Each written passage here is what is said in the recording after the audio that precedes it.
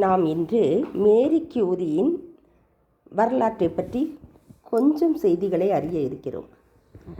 Poland நாடு ரஷ்யர்களின் ஆதிக்கத்தில் இருந்த சமயம் அது. அப்போது போலந்தில் தாய்மொழியான போலிஷில் மாணவர்களுக்கு பாடம் போதிக்க தடை செய்யப்பட்டது. அவர்களுக்கு ரஷ்ய மொழியிலேயே அனைத்தும் போதிக்கப்பட்டன. அந்நிலையில் போலந்து நாட்டின் அறிஞர்கள் ஒன்று சேர்ந்து ஒரு தீர்மானத்துக்கு வந்தனர். பள்ளிகளில் மாணவர்களுக்கு தாய்மொழியான போலிஷில் பாடங்கள் நடத்துவது என்றும், அதிகாரிகள் ஆய்வுக்கு வரும்போது மின்சார மணியில் ஒருமுறை ஓசை எழுப்பி ஆசிரியர்களை எச்சரிக்கை செய்தால் அச்சமயம் ரஷ்ய மொழியில் பாடங்களை நடத்துவது என்றும் முடிவுக்கு வந்தனர். அவ்விதம் அவர்கள் செயல்பட்டு வந்தனர். ஒரு பள்ளியில் திடீரென அதிகாரிகள் ஆய்வுக்கு வந்தபோது தலைமை ஆசிரியர் மின்சார மணியை அழுத்தினார். அதில் கோளாறு காரணமாக மணி அடிக்கவில்லை. ஆசிரியர்கள் வழக்கம் போல் போலிஷில் பாடங்களை நடத்தி கொண்டிருந்தனர். அதிகாரி ஒரு வகுப்பில் நுழைந்தபோது திடுக்கிட்ட வகுப்பு ஆசிரியை சட்டென்று பாடத்தை நிறுத்தி சில சைகைகளை செய்து காட்டினார். சந்தேகப்பட்ட அதிகாரி, இப்பொழுது என்ன பாடம் நடத்தினீர்கள் என்று கேட்டபோது ஆசிரியை தையல் வகுப்பு நடத்தினேன் என்றார். திருப்தி அடையாத அதிகாரி ஒரு மாணவியை எழுப்பி ரஷ்ய மொழியில் கேள்விகள் கேட்க அம்மாணவி சிறப்பாக பதிலளிக்கவும் அதிகாரி அந்த இடத்தை விட்டு அகன்றார். உடனே அந்த ஆசிரியை மாணவியை அன்புடன் கட்டி பிடித்து கொண்டார். அப்போது அம்மாணவி, நமக்கு நம் தாய்மொழியில் கல்வி கற்கக்கூட உரிமை இல்லையே என்று கதறினார்.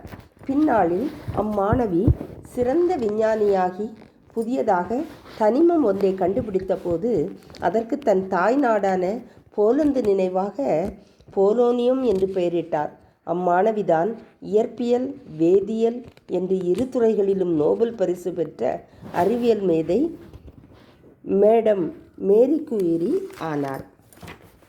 மேலும் அவரை பற்றி சுவாரஸ்யமான தகவல்கள் நிறையவே உள்ளன.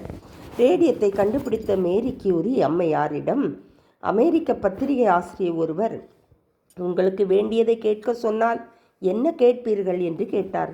அதற்கு மேரி கியூரி, எனது ஆராய்ச்சியை தொடர 1 கிராம் ரேடியம் தேவைப்படுகிறது, ஆனால் அது $1,00,000 விலையாகிறது என்றார் ஏக்கத்துடன். அந்த பத்திரிகை ஆசிரியை அமெரிக்கா சென்று ஒரு குழு அமைத்து பொதுமக்களிடம் நிதி திரட்டினார்.